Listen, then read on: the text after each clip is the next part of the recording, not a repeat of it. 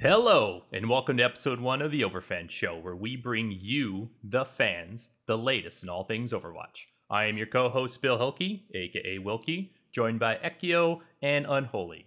So, Ekio, this being our first episode, why don't you go ahead and let us know how you came into the Overwatch family? Well, when I first saw Overwatch announced at BlizzCon, I was actually really disappointed that it wasn't the MMO that I really wanted, that like Titan. I was really hoping that Titan would actually come to be a thing.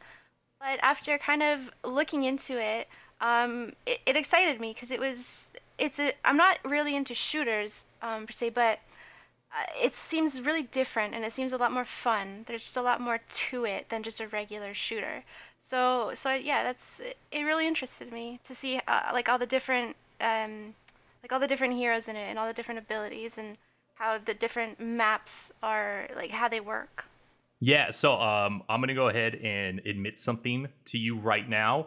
I actually had no idea what Titan was. When Blizzard announced that they were stopping production on that and Overwatch was going to be a game.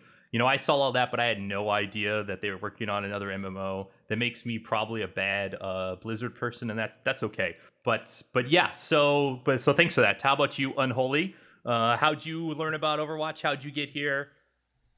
Well, I was actually watching BlizzCon as well, and as I was watching BlizzCon, they released the trailer, and my very first thoughts is, "What? A Pixar movie with Blizzard? This is awesome!"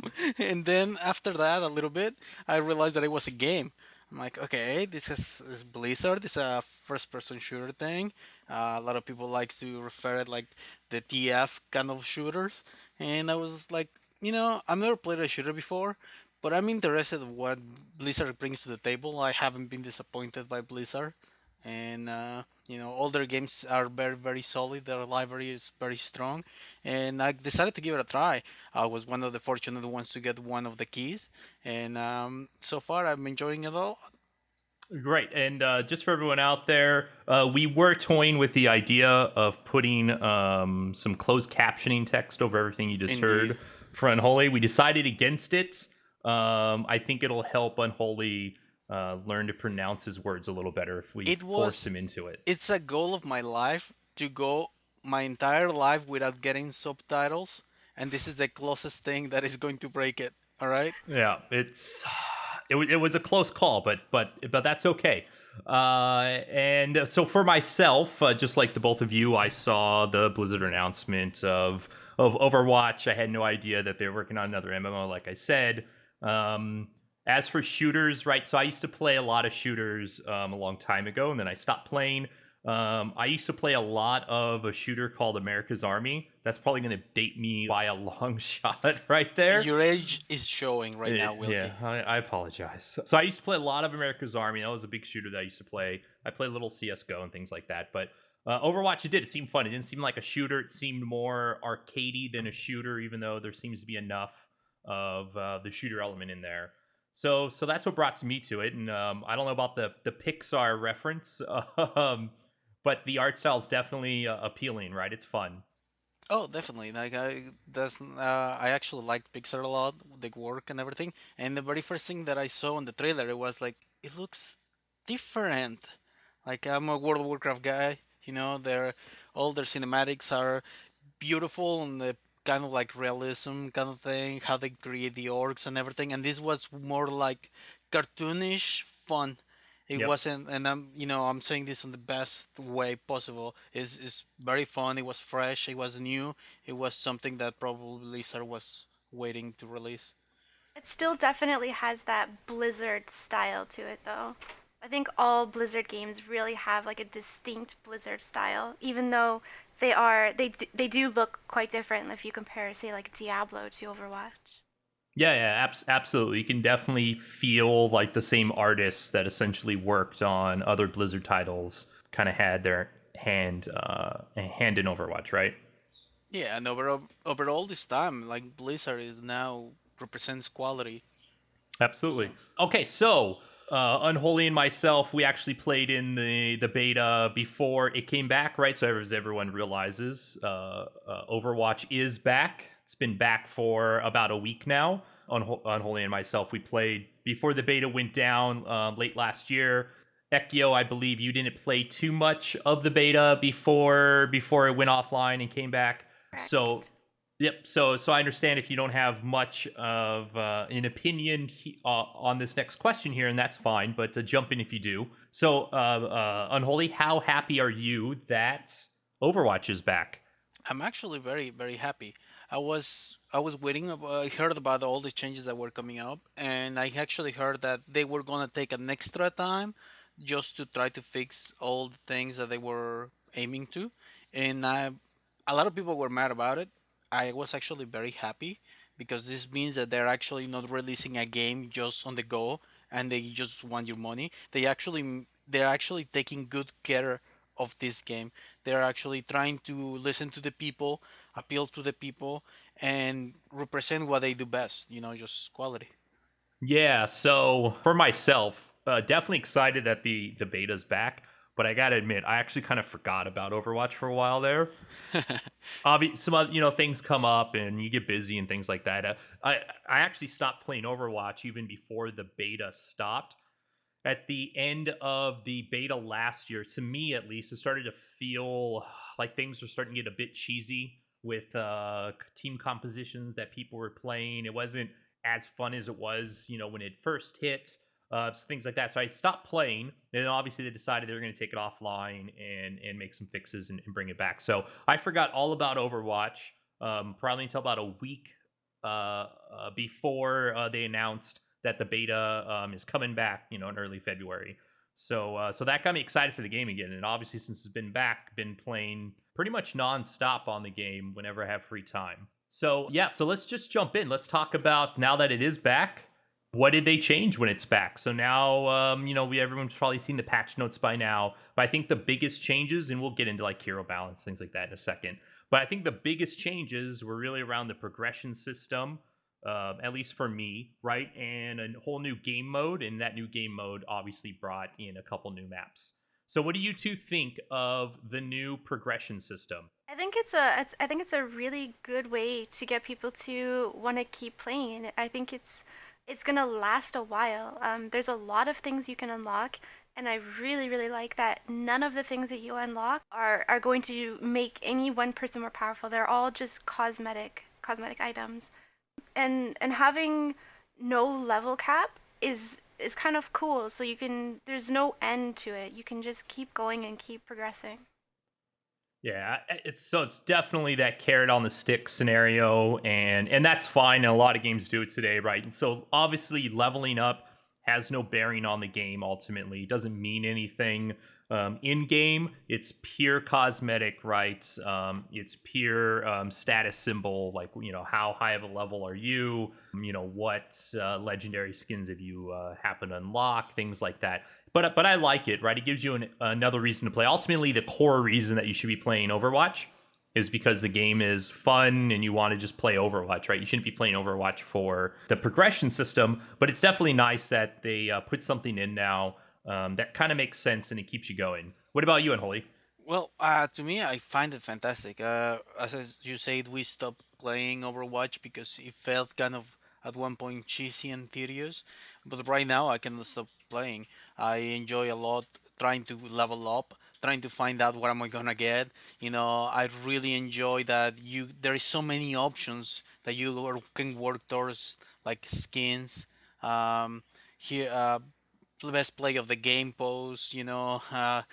Your winning pose, everything. It's very awesome. Like there is so many possibilities, and obviously, me. I like to collect everything. I'm going to be playing this game for a long, long time. I can already tell. And Yeah, and I think things are going to get a little better in that regard once they implement the store, where you can trade your in-game currency for items, specific items that you want to get, so you don't have to wait for kind of luck of the draw or to get random to you right from a loot box. So I think that'll make it even better once it gets there, and that'll give you clear goals to work towards. eventually. It's like you just want to work towards a specific skin or pose or voice or whatever it is. What do you think about the type of cosmetics they have now? Obviously, skins, that's a no-brainer. That was definitely coming. The sprays, I think everyone kind of had that on their mind as well as what was going on. But what about the voices and, obviously play the game poses? I think that's kind of cool, kind of unique. At least I don't see it. Let me just jump back real quick about the store. As far as I know, you can already purchase skins and voices and poses with currency in the game right now. Oh, well, that's me being a dummy. Apparently, I thought it was not. I thought it was not implemented when I looked. Apparently, I just didn't find it. Well, Yeah, thank you. it's in the regular screen. When you're viewing the different skins, you have the choice to purchase them. I'm sure that a lot of people probably miss that, and now thanks to you, they're gonna know. As far as the skins and stuff go that are in there, I think a lot of them are really cool. My favorite definitely has to be the Valkyrie Mercy. It's a really cool skin, and I'm still trying to work towards being able to buy it. Although I'm kind of worried that I'm gonna buy it and then I'm just gonna get it out of a box. That's how it always And goes. and the as far as I know, the trade for duplicate items is a lot lower. I think it's a fourth or something of. Now, don't quote me on that. I'm not 100% sure, but I think it's a fourth of how much it is to purchase the item. So Oh, really? I see. Right, right.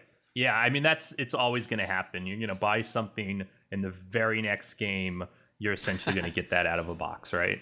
This is how it goes. What about so moving off cosmetics, unless anyone has anything to add about cosmetics.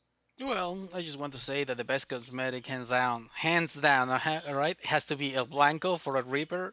Oh, I have that now, by the Oh way. man, that is so good. When I first saw it, I'm like, I need to get that, Do like you have it? right now. No, I'm actually working towards that. I'm saving every single little thing that I can just so I can get that. Guess who has it? guitar is a cute touch, I think. I have it. Oh, Wilkie, of Yeah. course. How many Yeah. times have you played the hero? Reaper? I don't Yes. know. Maybe once? Twice? I'll trade it Wow. to you. There you go. But yeah, I definitely think that skin looks fantastic. It looks amazing. It's just so good.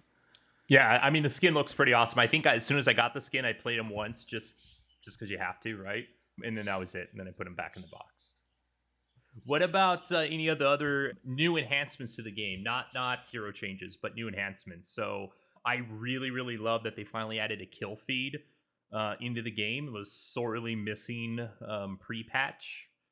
I don't know if it's the final version that they want to go with, but it's definitely a big improvement.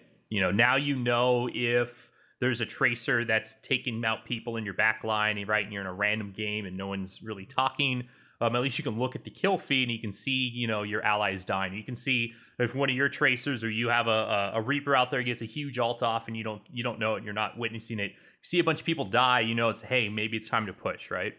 Correct.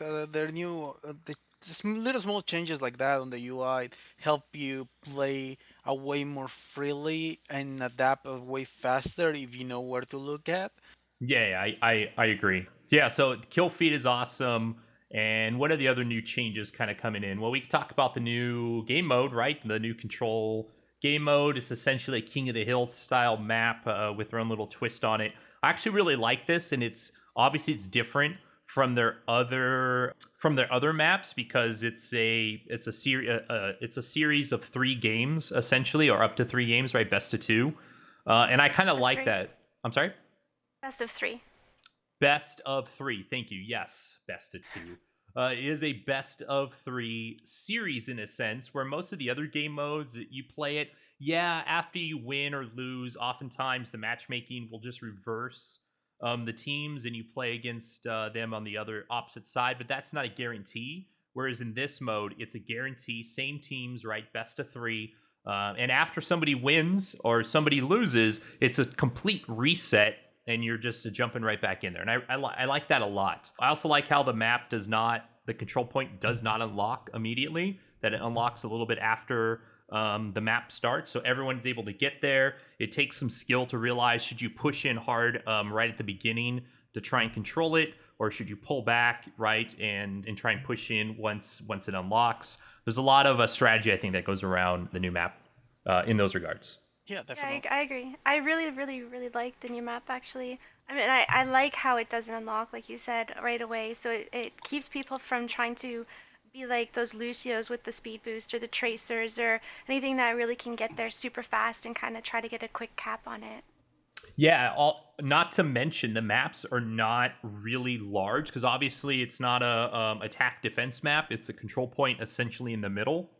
So you're able to get back to the point equal amount of time on both sides. It's not far away, so even if you do die, you can get back there pretty quickly and get back in the action. So in that sense, I think it's a very action packed map and or game mode, and that makes a lot of fun for me at least. Yeah, I really like the new maps because they give heroes that didn't have as much of an impact before. It helps them a lot. For example, on Nepal, on their third round, snipers are really, really strong. Like you might think, okay, we need to control this, but the snipers will clear whoever is in that place. They're really really good on that, which are they're not on most like Temple of Anubis or Hanamura. So it gives them an opportunity to shine, and I really enjoy that. Yeah, and that actually brings up a really good point. I think one of the biggest strengths for Overwatch right now is the fact that you can switch heroes mid game. That game mode in that style plays to that strength tremendously, right? So you might not have any snipers in round one. If you make it all the way to round three in some of those maps, maybe it's a good idea to switch out, right? So obviously, you always want to adjust your team composition, not just for the map, but against the team you're playing against, right? And I think that more than most other game modes really, really shines there. What about any? Do you have a map you hate? A map I hate. All right. Yeah. Uh, Attacking Hanamura. Okay, go attack, ahead.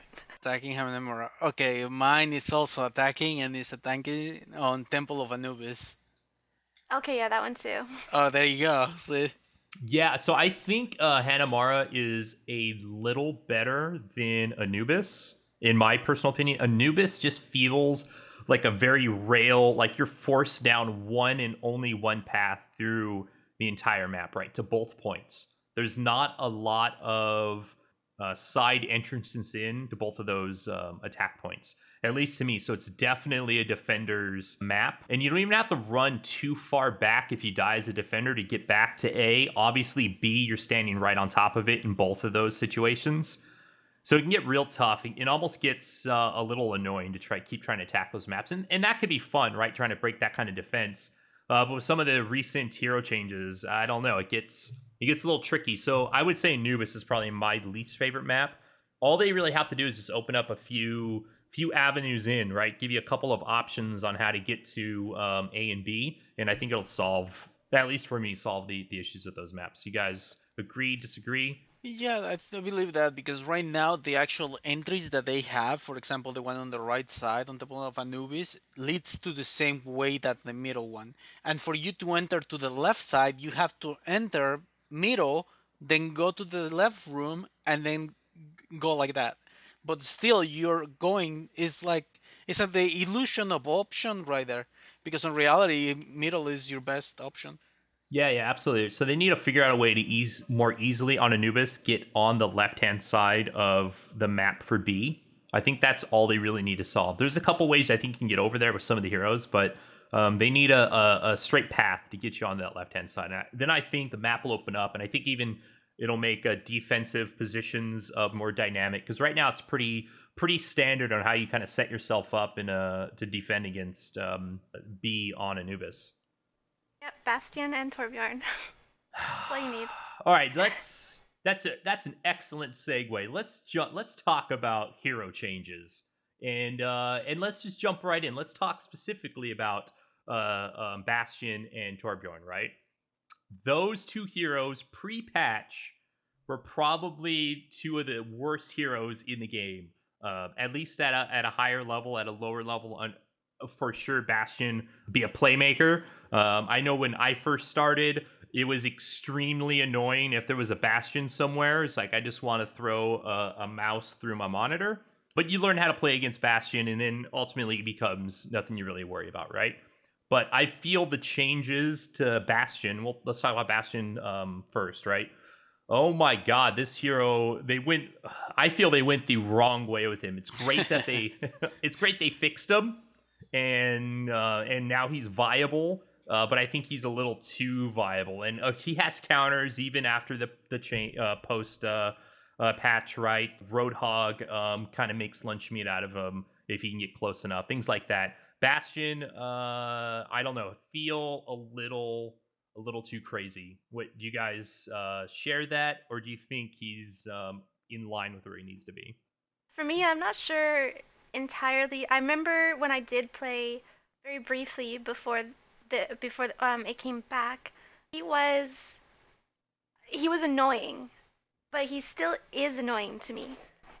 Did is he the one they allowed him to like turn all the way around 360 degrees, so even a tracer couldn't go up behind him and just take him out? Because that was his problem before. Am I right? Yeah, so Tracer and any other like real mobile hero, even like Reaper or any hero that can do extreme damage at point blank range and can get behind him would just destroy a Bastion, right? That was his Achilles heel per se. Right. But even without that problem, he was not very much of a threat. Even with his shield up, even though he had a he had a fixed angle or degree that he can move, he wasn't a huge threat once you figured out how to play around the Bastion. And he was very slow to maneuver. All those things kind of made him.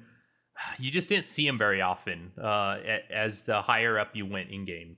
With the change now, I feels he's a little more mobile, especially with the 360 movement. It's very difficult now for a tracer. It's very difficult for like Reapers to surprise him behind, get behind him and take him out. If it's a good Bastion player, obviously, player skill still plays a big role here. But Bastion now has counters to the heroes that kind of hard countered him before, and to me, that's he doesn't have a downside anymore. He lost his shield. That's not the biggest thing, I don't feel. Yeah. Well, the changes, the shield, people are saying that that's a nerf, and I completely disagree with that. Because the shield protects you from the front, while the armor protects you all around. Okay? And I gotta say, the amount of armor that he has, in my personal opinion, is a little ridiculous. It's a little bit too high. Okay? And yes, he does have that little box that you take 300% damage from the back. But as you guys will have a visual of this test we have done, you have to literally be at point blank. Tracer will empty a full clip and he will still have a little bit of HP left at point blank on the box. I believe that that shouldn't be it. I believe that if you go to the back lines and he's not able of rotating on time and get to you, you should be able to kill him. You should be able to empty one clip and that's it. It's done. And you shouldn't be able to be at point blank because obviously we did a test with the Bastion just taking it, right? But he's going to rotate and he will two-shot Tracer. And there is nothing more demoralizing on the game at the moment that whenever you die, you see that either a Torbjorn or a Bastion were just doing their thing and you happen to be an accidental kill. Like, that is demoralizing. Whenever I see Faras trying to get there and actually measuring their fly, trying to get a good distance so the Bastion will get them, but they can get the Tourbillon, trying to maneuver around the hooks from Podge, okay, the Warhawk. All this, it, all this takes the value down. You know, if you're just simply going to get killed just randomly. Yeah, I mean, yeah. So they gave him a ton more armor. I mean, just base armor. His armor doubled, right? And I think I don't remember what his old armor was, but in his sentry mode now, it's 3 times as much armor as it's not. It's a crazy amount of armor. It gives him a lot of survivability. Sure, he doesn't have the shield. Sure, he can be killed, but he does a ton of damage. Unless you're able to dodge it or avoid it to kill him. But more importantly, I think the balancing factor that's supposed to be here is that 3x damage on his plate in the back, but the hitbox appears to be so small on it, and it's very rare that you can have a Bastion just sitting still that it's almost impossible to get good solid shots, back there, and which means he's just a huge beast right now. And let's not, obviously, Overwatch does not restrict hero selection. So, and we starting to see it more and more, right? You see two Bastions in your team composition, and that is pretty devastating right now. Yeah. Also, on high play, he's an issue, but he's not such a big as an issue as he is on pops. Because what happens is you need a lot of coordination to get to that point, and you're going to commit 2 to 3 heroes to take them down. So these 2 to 3 committed heroes to take them down, they're actually vulnerable to the other heroes around Bastion. So it's I feel that just having Bastion is a big reward, even if they're constantly trying to get that Bastion. Echo, what about you? Do you play any Bastion ever? I don't play Bastion, but I do play Torbjorn. Uh-oh. And my games are mostly sitting there and hammering my turret, and I get to play the game a lot. Are you happy hammering your turret? It's very boring, but I like to win, so So it's winning worth it. supersedes enjoyment. Yes, it does. Not just it's just a Yes, question. winning. I mean, for me, obviously, it's very different for other people, but I like to win, and I'm going to keep playing Torbjorn to win until they do something about him. His turret range is retardedly long, which is okay, but the amount of damage it does is really high. It spits out damage fast. I read somewhere somebody said something about maybe having the turret not attack the other team unless the other team is like attacking you or attacking the turret. I mean, there could be pluses and minuses to that, but it's something they could do. I just feel like a Torbjorn could be really fun, but all it is right now is literally just sitting there and hammering your turret. Yeah, so Torbjorn, so let's talk pre-patch. Even worse than Bastion pre-patch. He was pretty terrible before. He had some situational use, and he could be a little fun sometimes, I guess, but I don't know. He felt like he was the worst hero in the entire game pre-patch. I feel that Torbjorn's in a pretty good place now post-patch. So he's viable, as you know. You'd like to play him a lot, and he can work. The range I don't feel so bad. I think maybe if they wanted to do some type of tweak, maybe don't give the turrets instant rotation. So the turret will instantly look who it wants to fire and start firing. Maybe give him some type of turn speed on the turret.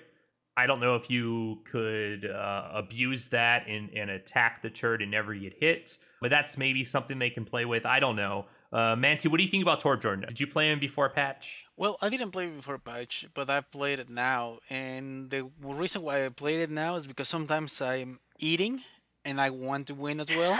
Oh my So god. then I will like pedestrian mode activated, and I just pick him. So I put a turret, and I go like pew pew pew, just randomly, and it happens. Sometimes a turret is better than me on 90% of the instances. Yeah, Like but sometimes, for example, let me give you the other example. I like to play Tracer a lot. Okay, and then I'm going the zip zap zippity zap, pulling that all day, and every single time after my teleport, I will get targeted by a Torbjorn turret instantly. I'm like, what? Oh no, this is like I think it's just too fast. It targets you too fast. yeah, but it always targeted you fast. Just in the past, it was not as powerful now. At least you can't do a level 3 turret without the ult. And I think that was actually a really good change for the hero. That they made the level 3 turret in Molten Core only, and they buffed it, because now I think his ult actually has real use. In the past, I think the ult was just pretty terrible. It's a lot better now. The scrap changes for him, I think, are pretty good. You don't need scrap to upgrade the turret anymore, which is a plus. But you don't start with scrap either, because I think that's why they gave you scrap. in the pre-patch, so you could upgrade your turret. I don't know. We'll see where they take Torbjorn, right? So I think he's almost there. He's a lot closer than I think Bastion is. What about? I'm going to tell you my most hated hero in the game at the moment. Can I just say one more thing about Torbjorn Absolutely. before we go to something else? Yes. I think my biggest problem with him is it's more effective to let your turret do the work for you because you don't have to aim at anything. It's just an NPC that plays the game for you and it's obviously going to do it well. It's always going to hit the enemy. It doesn't have to try to aim at anything. It leaves no room for player error and it just feels like it's just easier to sit there and hammer your turret and let it get every hit on any enemy that's close. Well, his actual gun is really good. Like I don't have a problem with his gun. It's just never better. I don't think that it's always like better than the turret. That's like my biggest problem. I think his turret needs to be like just needs to be nerfed just a bit so that it kind of brings it in line like where you actually have a choice whether you want to sit there and have your and like keep your turret alive so that it's going to attack things or if you're going to put it out there and kind of let it be a distraction for the enemy team so that you can go in with your gun and attack them from like from somewhere else, you know. That just brought a beautiful idea. Check this out, alright? What about if Turbion had the chance to upgrade with repair parts what he wanted to focus on? Like you could have a Turbion who actually focuses on putting towers, and the towers eventually become that much strong after he picked the parts from other players. Or he could upgrade his normal gun and end up being like a normal character with actual movement and everything after he picked the parts from that character. You know what I'm saying? So you're saying have Torbjorn be able to sort of specialize in Yeah, like either he will. turrets or Yeah, like he could build towards that either one of them, but by using parts. This way, he cannot have like all of them. He can actually like focus on one, or maybe who knows? Maybe the game goes long enough where that character becomes like really good at both. Yeah, I mean that might fix. So I feel right, Torbjorn has a bit of an issue on attack right now because the turret doesn't move. For the turret to really be effective, you kind of have to get it down and get it upgraded to level 2 before the enemy enters the area, and that's really really hard to do on attack typically because you're always trying to push forward. And it's even on like the new control map. I don't know. I don't think I've tried it, and I can't remember if it's effective. Is Torbjorn effective on the new map if you don't control the point?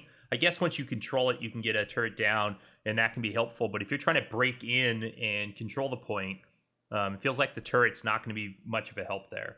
I feel like with that type of map, it usually being a sort of back and forth. I mean, so unless you play a game where you go 100 to 0, but most of the time it's kind of like a back and forth. You'll have the point, you'll lose the point, you'll get it back, and having like a Torbjorn, I think he's just not as effective as a lot of the other heroes are right now, just because you would constantly have to switch, and as you know, when you switch, you lose your all of your progress towards your ultimate. So I just feel like he's probably maybe not one of like the best heroes for that map, though I do think he could definitely work.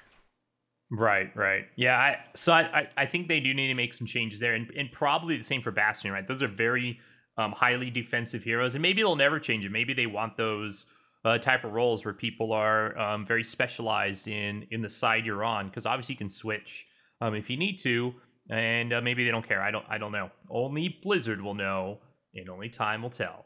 All right, my most hated hero, I've been wanting to say this, is definitely Hanzo right now.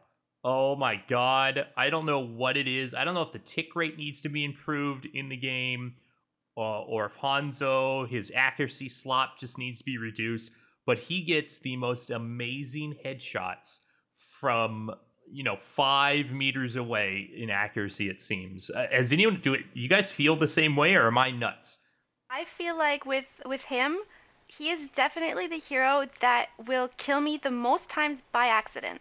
When I get like the kill cam of like who has killed me, it's a Hanzo who can barely see me on the map, isn't aiming at me, but somehow kills me.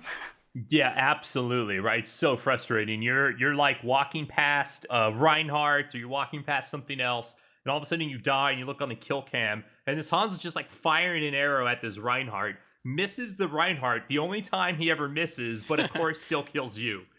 And scattershot, I think, has a lot to do with it. I'm not sure if that's what it's called, but Yeah. his E. Yeah, his bounce shot. I think it is called scatter shot.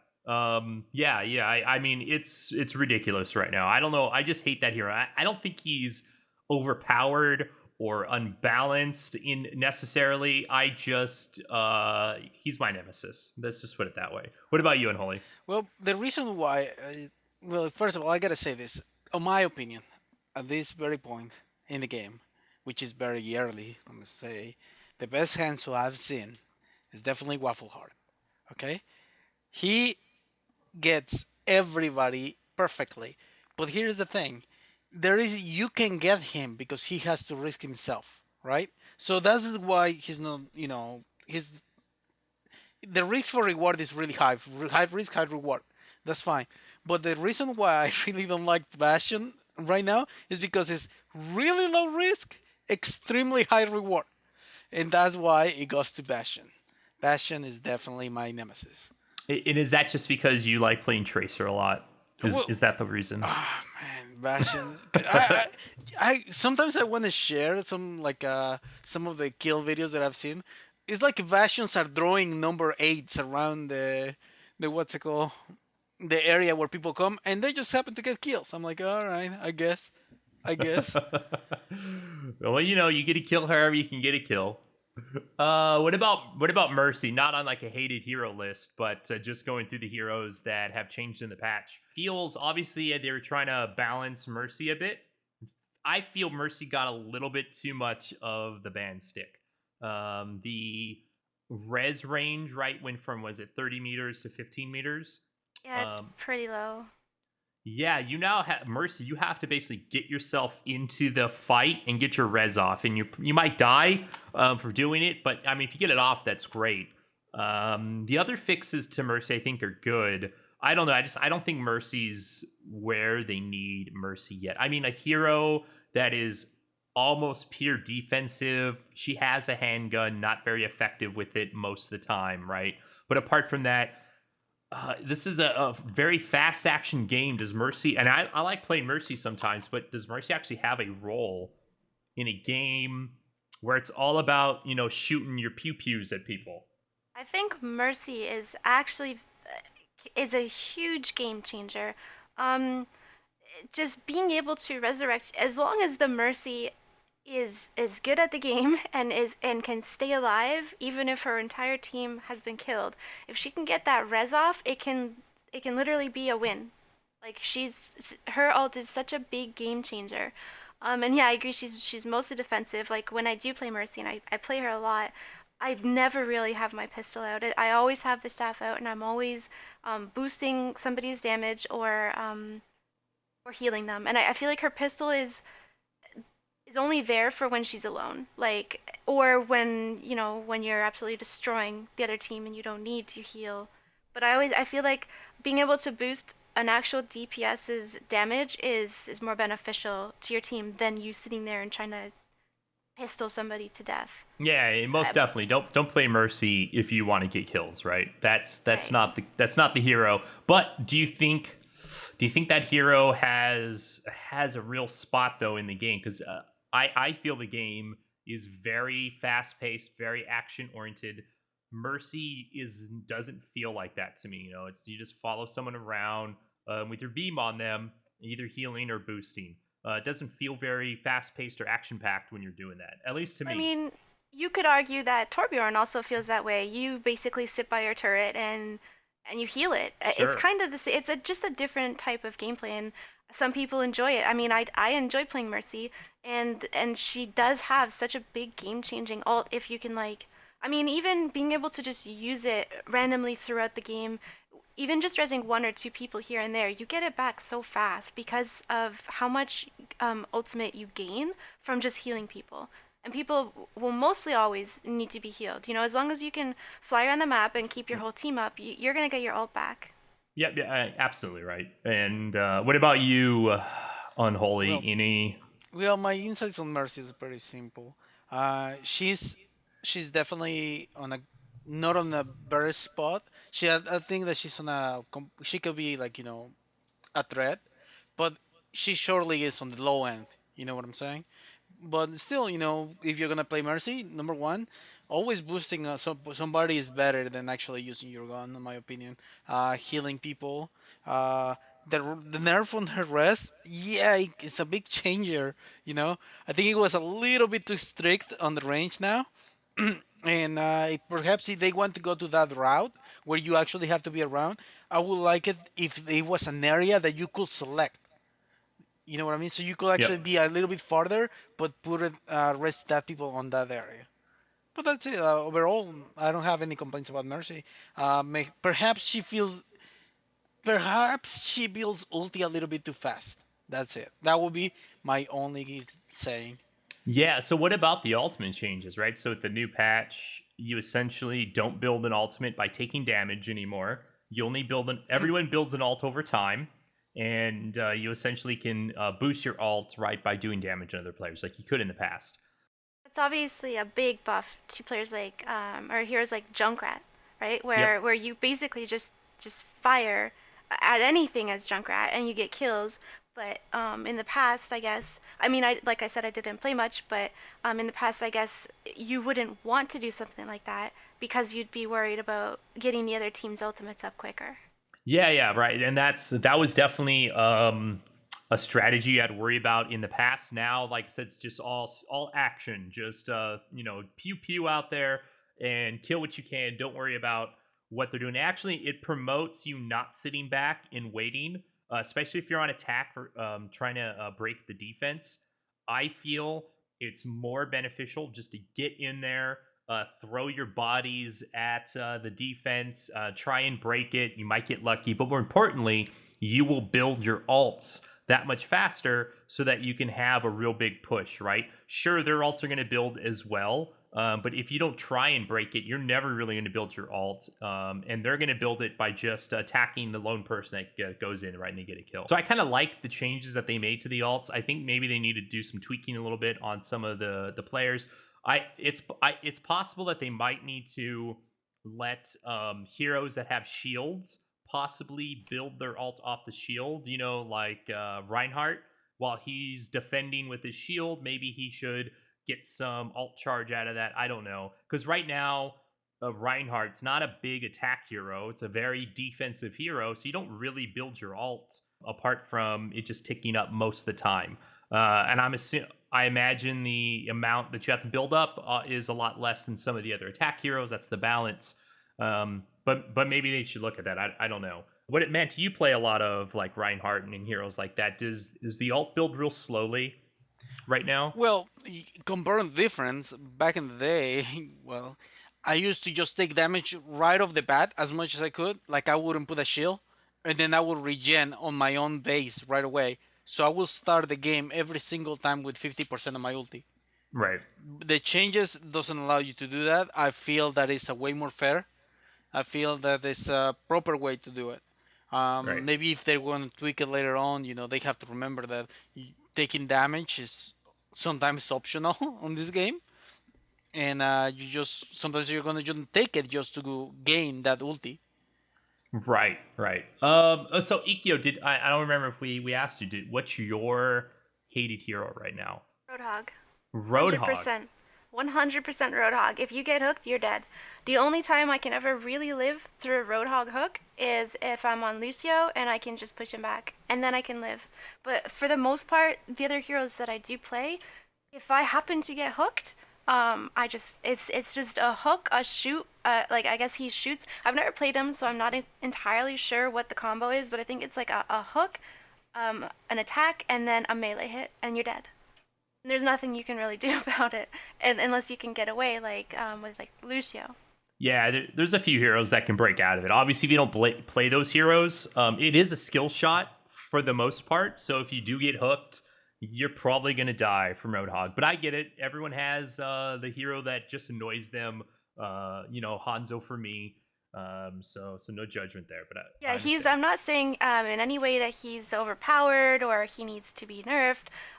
It's just annoying. That's all. Like if you're running by and he's hiding in a room and you happen to get hooked, that's it. Right.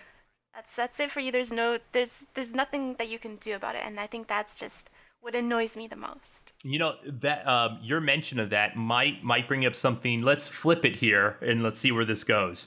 I'm going to go out on a limb and say your favorite hero is Torbjorn right now. No, It's not. actually, no, most of my games, I think probably about 60% of the games that I have played has been as Lucio. Oh, I'm a big fan of Lucio. Right, it's just such a powerful hero in the game from all aspects. So I agree with you on that. Unholy. What's your favorite hero? Roadhog. So that's what I figured. Yeah, it's very fun to try to get that hook and everything. And as far as the hook, yes, it might be detrimental towards your hero. You know, it might be just a thing, but there's plenty of heroes that can actually get away from it, like Diva, Genji, um, Junkrat. Sometimes, like you gotta be like quick, and the Roadhog has to miss the shot. McGree, sometimes McGree, like you will get hooked, and the stun is faster than the arrow than the shot. May goes into eyes, you know. Reaper can go in this and stuff like that. Tracer can go back in time. So we're actually talking about 50% of the cast who actually get very affected by this. Every single one that you just mentioned, I do not play, so I guess I'm gonna have to start playing those so Yeah. that Roadhog stops ruining my life so much. And also talking about Roadhog, I believe that he needs a buff where if you hook one person, it instant kills it, and it resets the cooldown of your hook, making it into two hooks instead of one. And then if you kill another person, it becomes four. Thank you, hire me, Blizzard. Yeah, that sounds like a great buff. I think Roadhog really needs that. Yeah. No. But to your point, right? Roadhog, I don't think is overpowered at all. But he could be annoying if the heroes you play just get like instant gived by Roadhog. You're like, well, that just happened, and that's happened probably a dozen times so far. What are you gonna do about it? My favorite hero. It's hard because you got to pick just one. I think I would pick Semestra. Symmetra? Hmm. I'm sorry, Symmetra. Yeah, I believe. Yeah, that's who I'd pick. It's a toss up between Symmetra and Lucio for me, but I think Symmetra is more fun than Lucio most of the time, and I will play Symmetra on attack. I don't care if people yell at me when I do it. I actually think Symmetra can be effective on attack against certain lineups. If it's a shield heavy lineup, Symmetra I still think is really good. Symmetra used to tear through Bastion, of course. Still kind of does because Symmetra can get the shots out to a stationary target in and out of cover and not have to worry about it. Symmetra can take out turrets outside of range, so Symmetra can actually outrange Torbjorn's turrets. So I don't know. I really like Symmetra, and it's really fun finding fun places to put your turrets to catch people off guard and get some kills. Yeah, that's mine. That's definitely my favorite hero. Okay. Well, anyone have any closing words? I think we should wrap this up. Let's get some closing words out there.